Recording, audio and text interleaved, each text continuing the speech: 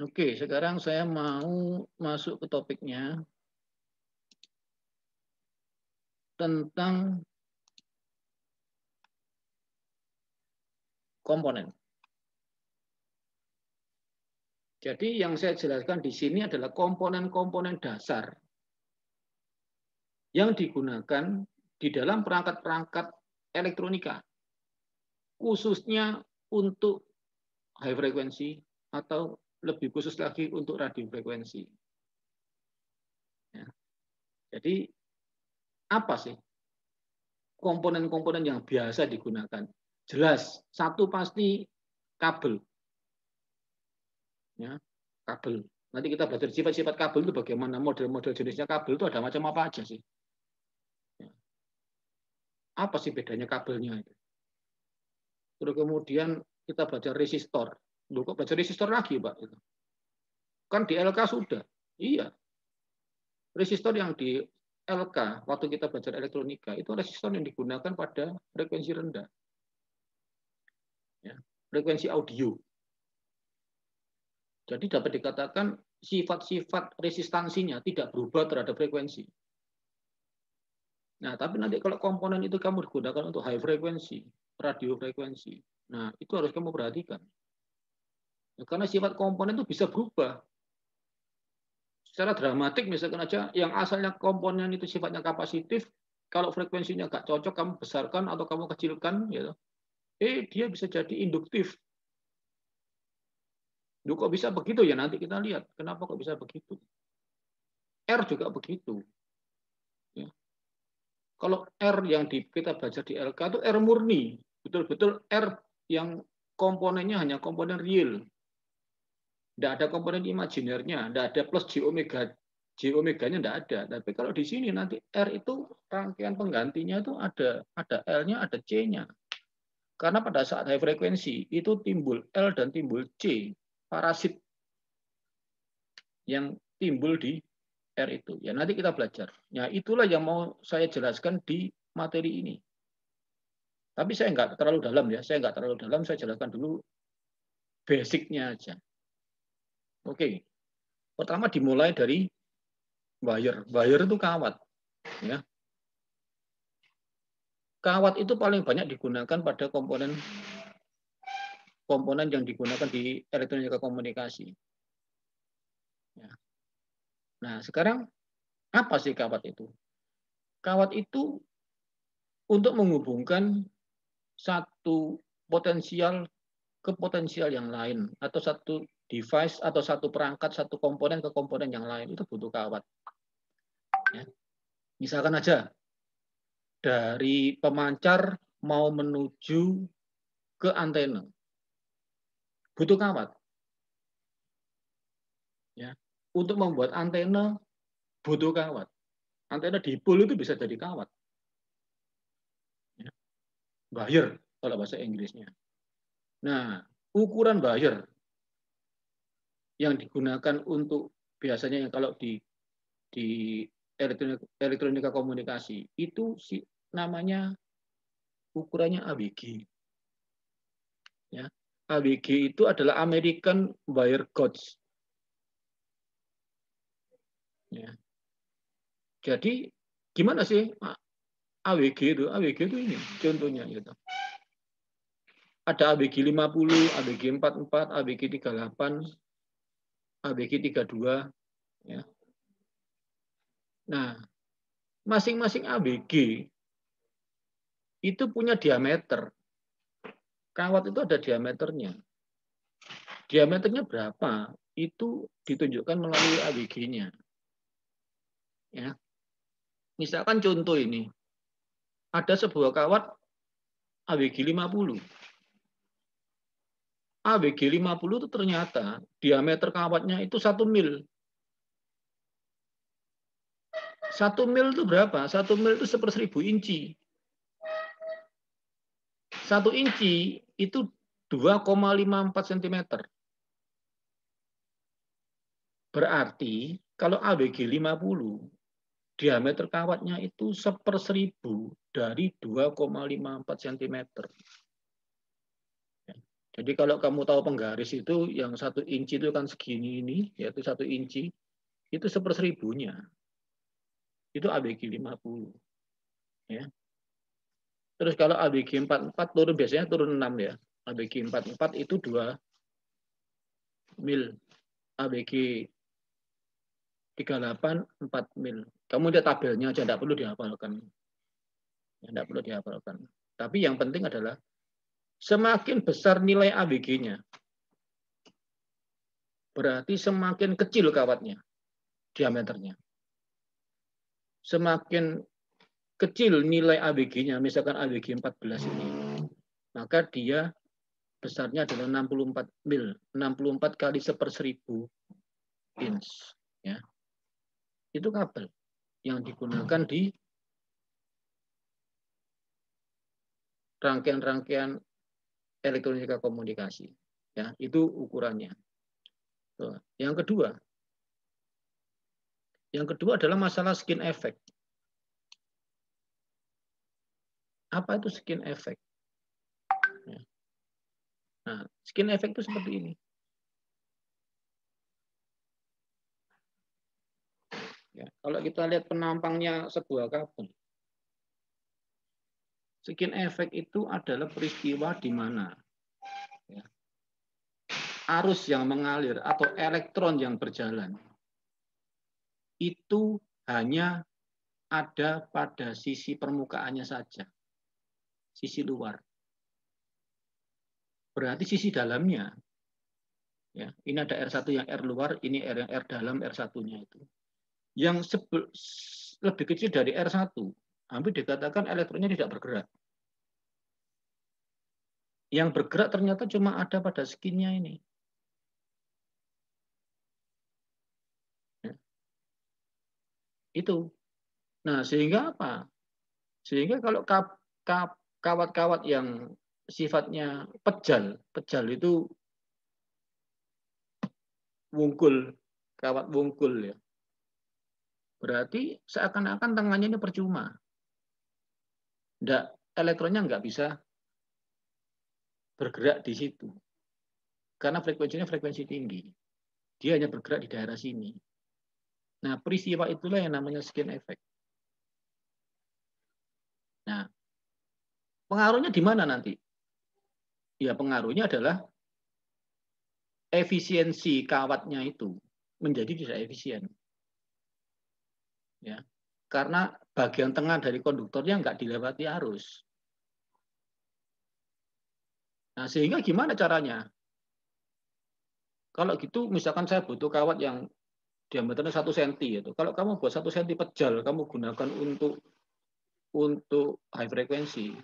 Cuma yang di dinding luarnya aja yang elektronnya bergerak. Supaya nanti, berarti kan kalau intensitasnya kan kecil. Iya, berarti buatnya jadi kecil nanti. Kan eman-emani kalau begitu.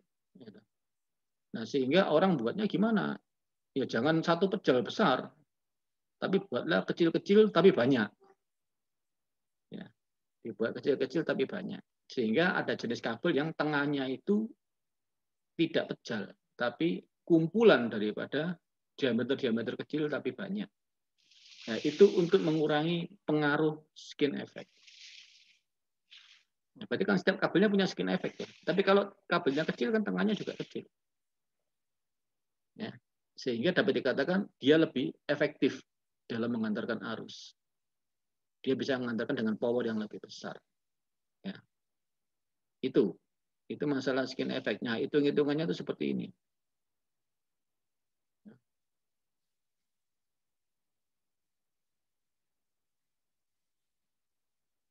Mana tadi gambarnya? Nah, ini ya.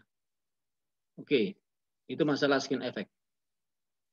Nah, sekarang kalau kabel lurus, ya, straight wire induktor. Jadi kalau kabel lurus, nah, ternyata sebuah kabel yang lurus, kalau digunakan pada high frekuensi, dia bisa menjadi induktansi, bisa menjadi induktor. Kamu baca di sini ya. If the current of the conductor is an alternating current, jadi kalau kawat yang lewat itu adalah arus bolak-balik, ya, maka magnetic field ya juga akan berubah di sekitar dari kabel itu. Nah, yang juga akan menghasilkan tegangan yang sifatnya melawan daripada tegangan yang ada di kabelnya. Ini kalau kamu belajar lebih rinci, belajarnya di teori medan maksudnya, ya, bukan di sini. Tapi peristiwanya itu seperti itu. Nah, peristiwa melawannya potensial yang timbul dari medan magnet di sekitar kabel itu. Kalau kabel itu dilalui arus, itulah yang namanya dengan self inductance. Pesannya kira-kira gimana sih kalau kawat lurus itu? Nah, sekian ini loh induktansinya. Ini kawat lurus deh.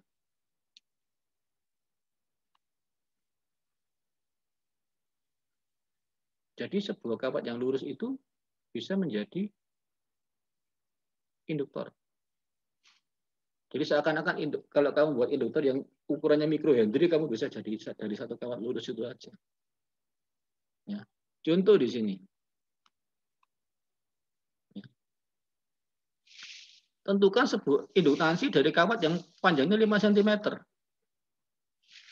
Yang menggunakan ABG 22. Ya. Nah, berarti kawatnya pakai ABG 22, panjangnya 5 cm, ternyata itu sudah menimbulkan induktansi. Kalau kamu dulu di LK, kawat ya kawat.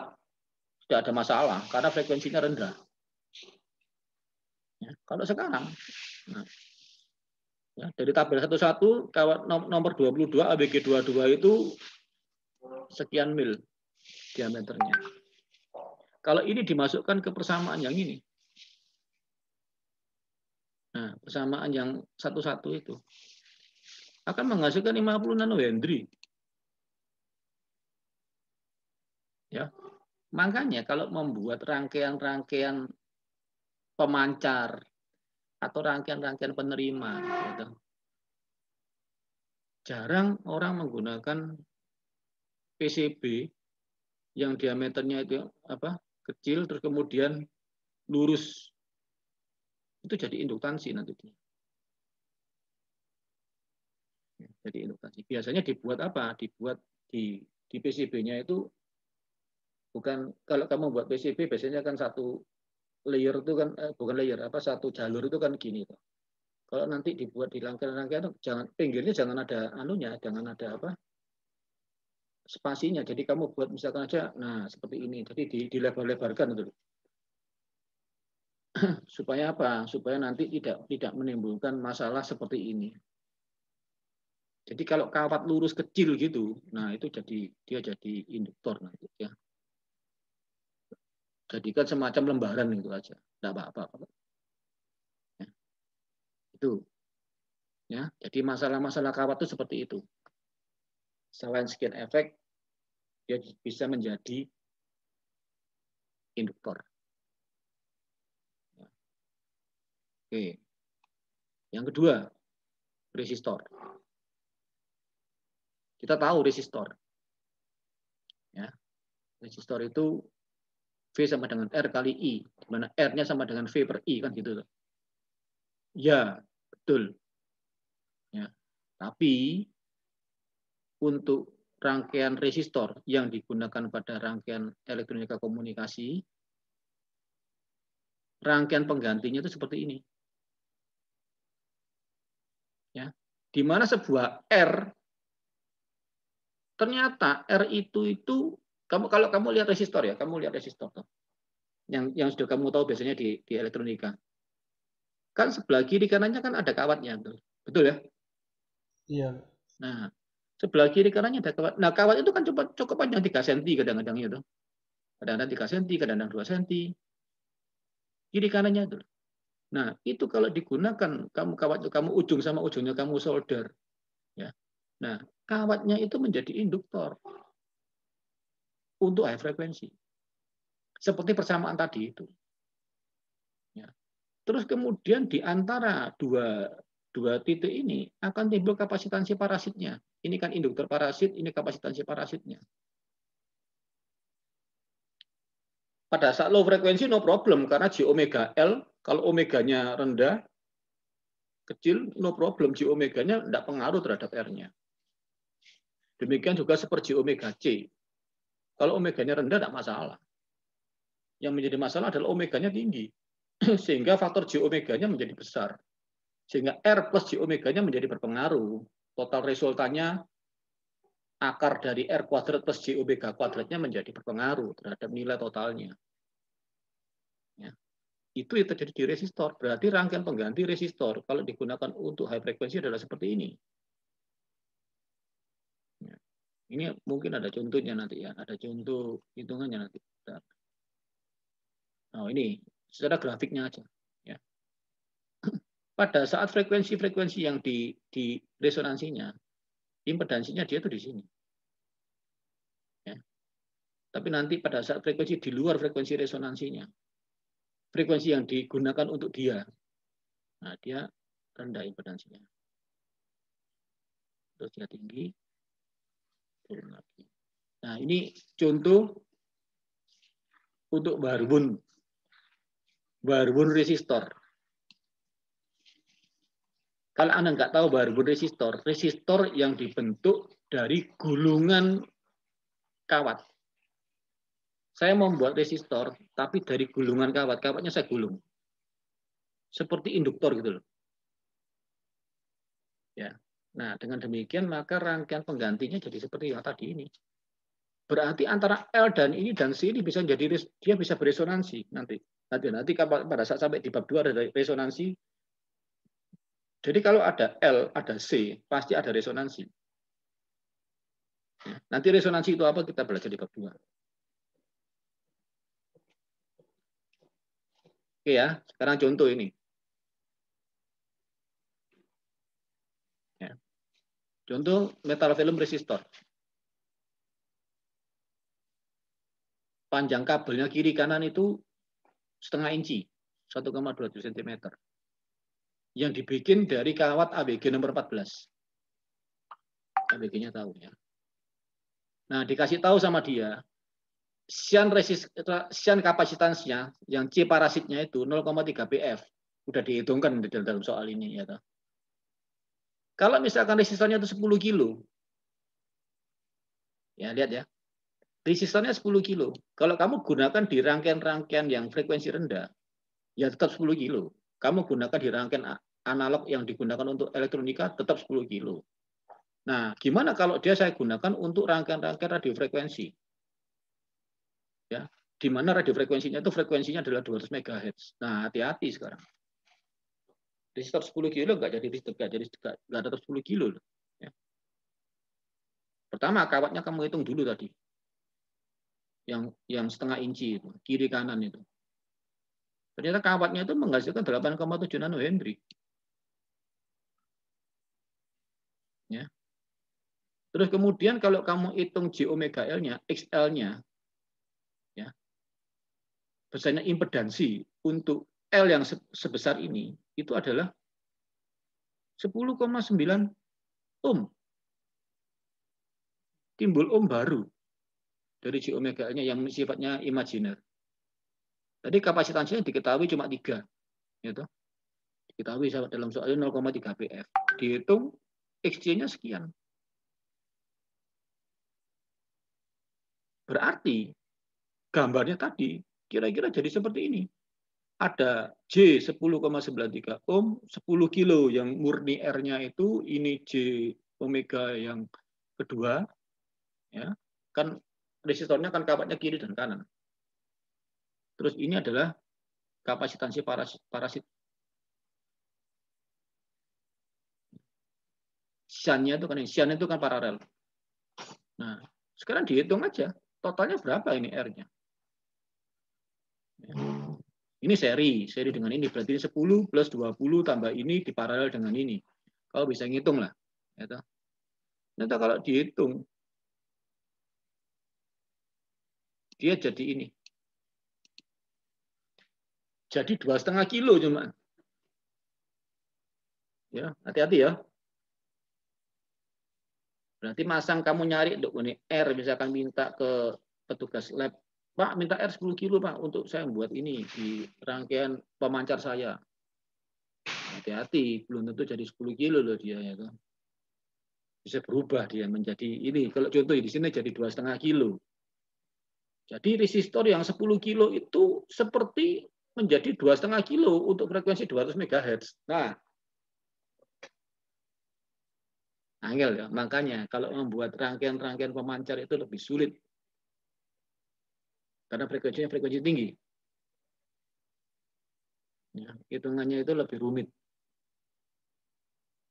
Tapi kalau kamu buatnya apa trial and error ya enggak masalah ya. Oh, kageden nih gitu, tak cilik no, ya enggak apa-apa.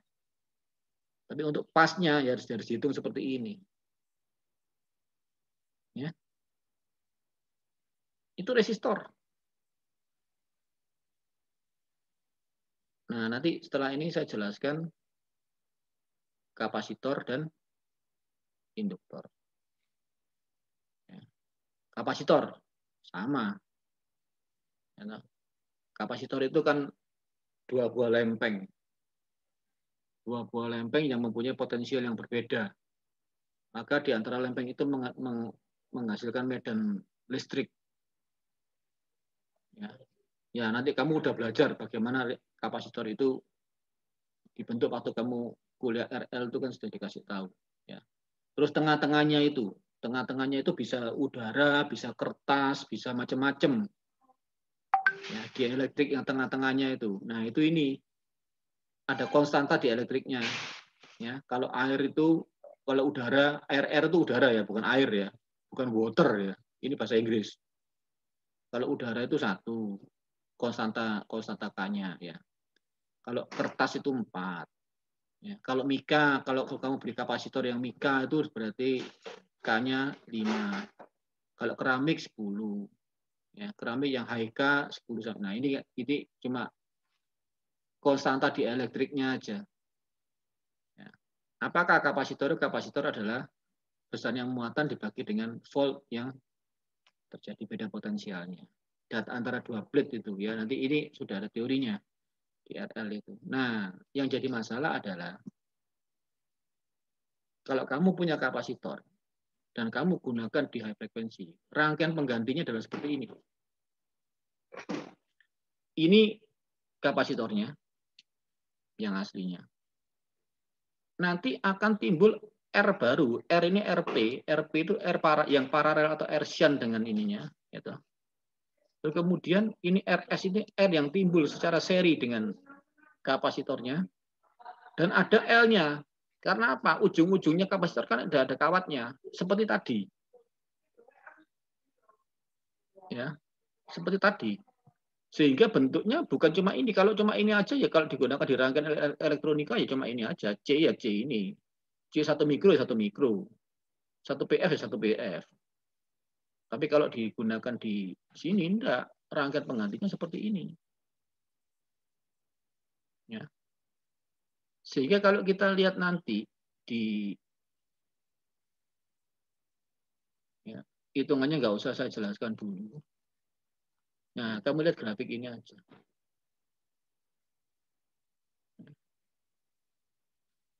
Ini kapasitor. Untuk frekuensi, karena ada L, ada C, pasti dia ada resonansi. Nah, misalkan dia resonansi di frekuensi ini. Ya. Pada saat dia beresonansi di frekuensi ini, maka sifat imajiner dari kapasitor dan induktornya itu saling meniadakan. Ya. Itu kalau kamu belajar resonansi, mungkin dulu RL sudah ya, sudah dikasih sedikit ya. Udah saya lihat. Resonansi, rangkaian resonansi. Sedikit, Pak. Ya. Pada saat resonansi, itu kan XL sama dengan XC. XL-nya ke atas, XC-nya ke bawah, tapi besarnya sama. Berarti saling meniadakan. Berarti tinggal komponen R-nya aja, tinggal RP sama RS-nya aja. Dari ujung sini ke ujung sini, kalau ini saling meniadakan, berarti ini open, ini short, berarti kan tinggal RS per RP. Jadi nanti di sini, impedansinya di sini. Ya. Untuk frekuensi yang lebih rendah, sifatnya masih kapasitif dia. Jadi berarti frekuensi yang digunakan harus di bawah frekuensi resonansinya supaya dia sifatnya tetap kapasitif. Karena kamu kan butuhnya kapasitor ini. Kalau kapasitor kan harus kapasitif. Nah, kalau sampai nanti frekuensi yang kamu gunakan itu ternyata melebihi dari frekuensi resonansinya, dia jadi induktif loh. Dia sekarang sudah bukan kapasitor. Kalau frekuensi yang kamu gunakan di atas frekuensi resonansi, dia jadi induktor. Loh, bisa seperti itu. Ya. Yang saya tuh kepengen masang C, Pak. Ternyata frekuensinya saya set salah. Atau besarnya C yang saya pasang salah. Jadi induktor deh. Ya. Oke, itu tentang kapasitor. Jenis-jenis kapasitor kamu tahu dan kamu belajar sendiri lah gitu. Nah, ini bentuk kapasitor. Kan mesti gini tuh, ada kawatnya, ada kapasitornya, ada kawatnya lagi. Mesti begini modelnya. Ada terminalnya. Nah, yang penting yang tadi itu. Oh, kamu tahu berarti di benakmu itu hati-hati kalau masang kapasitor bisa seperti itu. Oke, induktor. Tahu ya induktor? Induktor adalah kawat yang digulung sehingga membentuk induktansi. Ya, bisa memberikan sifat induktif. J omega L-nya positif. Kalau kapasitor kan J omega L-nya negatif atau seper J omega L. Seper J omega J. Ya. Kalau ini J omega L. Nah, lihat sekarang. Induktor itu dibentuk dari kawat. Kawat pasti punya resistansi. Nah, kalau kamu ada dua kawat ini saling berjejeran seperti ini, maka pasti potensial di sini dan di sini kan beda. Misalkan di sini 5 volt atau kamu kasih di sini 0 volt, berarti antara ini kan ini jadi misalkan 4,5, 3,5, 2,5, 1,5 kan pasti beda tuh. Akhirnya jadi 0 di sini. Karena ini ada R-nya. Nah, antara dua potensial ini yang berbeda ada space di tengah-tengahnya berupa udara. Ya, jadi kapasitor deh di sini. Jadi di sini banyak kapasitor di sini. Jadi di sekitar sini ini menimbulkan kapasitansi semua. Di total semua nanti di paralel itu. Sehingga bentuk rangkaian pengganti atau rangkaian ekivalen untuk sebuah induktor yang digunakan pada high frekuensi adalah seperti ini. Ini L murni yang kita inginkan tadi itu. Ini L-nya ini.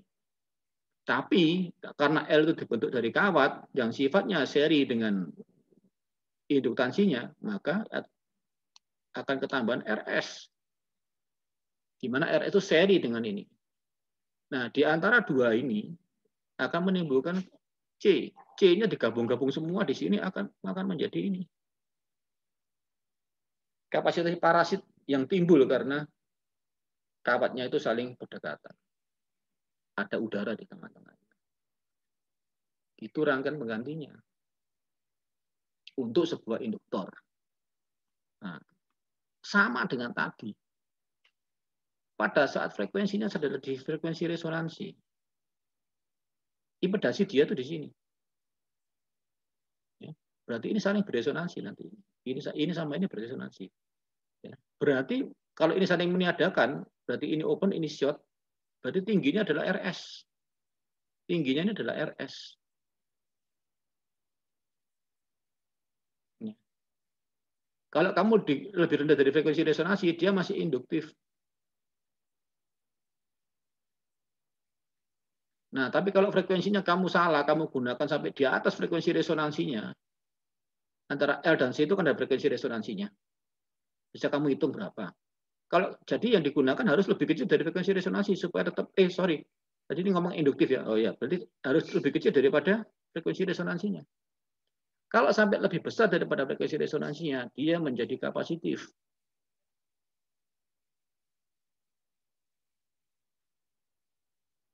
Nah, itu masalah. Nah, di sini ada hitung-hitungannya, ada contoh-contoh soalnya, silakan kamu baca. Ya. Kalau induktor, ini tengahnya namanya core. Ada yang air core, ada yang tengahnya dikasih inti besi, ferrit. Ya. Kalau yang tengahnya air core, persamaan induktansinya seperti ini. L yang terbentuk, ya, jadi L itu adalah induktansi yang terbentuk dalam satuan mikrohenry adalah 0,34 R kuadrat N kuadrat per ini. Sudah dihafal, nanti kamu kalau ya lihat ini aja. Yang penting adalah kamu tahu R-nya itu apa. Gitu. R-nya itu adalah ini. Kan kamu kapaknya kamu gulung. Misalkan kamu gulung di bolpen gitu. Kamu buat induktor, kamu gulung di bolpen. Bolpennya itu diameternya adalah 1 cm, maka R-nya itu setengah senti gitu loh. Itu R ini, ya. N itu apa? N itu jumlah lilitannya. Ini berapa jumlah lilitannya? Misalkan ini ya, gambarin 1, 2, 3, 4, 5. Atau 8, 11. Berarti ini 11 lilitan. Berarti N-nya itu 11 lilitan. Per 9R ditambah 10L. L itu apa? L itu panjang dari sini ke sini. Dalam apa? Dalam sentimeter. Nah, persamaan itu kalau kamu masukkan, kamu bisa membuat sebuah induktor dengan L sekian mikrohenry. Pak, apakah tidak ada pengaruh kawat ABG-nya, Pak? Ya ada. Apa pengaruhnya sih? Kalau kawatnya ABG-nya beda, berarti kan misalkan kawatnya besar-besar, maka dari sini ke sini kan L-nya kan nggak banyak. Kalau misalkan atau kawatnya lebih besar, diameter besar, maka jumlah L-nya akan memanjang. Tuh. Karena ini kan lebih gede-gede. Ya. Terus kemudian sifatnya juga berubah. Jadi ini akan berubah kalau kawatnya gede. R ini nggak pengaruh karena tergantung dari berapa kawat itu kamu lilitkan di mana. Ya, itu. Ini contoh-contohnya untuk hitung. Ya. Nanti silakan dicari sendiri. Ya. Ini adalah desainlah sebuah induktor 100 nanohenry menggunakan air core, berarti tekanannya udara. Ya. Pada 1/4 inci. 1/4 inci kan 0,63 cm coil form. Jadi bentuknya adalah 1/4 inci. Jadi kamu banding gulung di sekitar seperti bolpen lah. Jadi bolpen kamu gunakan untuk ya bolpen itu anggapan diameternya adalah 1/4 inci gitu. Nah, sehingga berapakah Ki yang paling optimum? Nah, masalahnya Ki yang paling optimum, Ki itu faktor kualitas yang paling optimum, ya, adalah panjang dari koilnya, L-nya itu. Setidak-tidaknya sama dengan diameternya. Ya. Tadi kan diameternya, L-nya panjangnya sekian, diameternya sekian. R-nya, ya. R itu kan radius, kalau D itu kan diameter. Jadi induktor yang optimum itu adalah panjangnya L-nya dengan diameter dari induktornya itu sama. Ya. Nah, nanti berapa putaran dan sebagainya di sini ada contohnya. Anda bisa lihat sendiri. Ya. Nah, ini tabelnya ABG. Tidak usah dihafal, pokoknya tadi yang perlu dihafal ada tabel satu tadi itu yang kalau ABG 50 itu 1 mil. Nah, itu yang penting, ya. Kalau turun 6 berarti naik dua kali. Nah, kalau tengahnya nggak mau udara, biasanya diisi ferrit inti besi atau magnetic core. Nah, inilah ada inti besinya ini loh. Nah, tapi ini bentuknya sudah bentuk toroida. Ada yang bentuknya seperti bolpen ferritnya ini. Kamu gulungkan di sana. Berarti nilai konstantanya lebih tinggi nanti. Jadi bisa membentuk L lebih besar dengan diameter yang sama, dengan panjang yang sama, menghasilkan L yang lebih besar. Ya. Itu kalau tengahnya berupa inti besi atau magnetic core.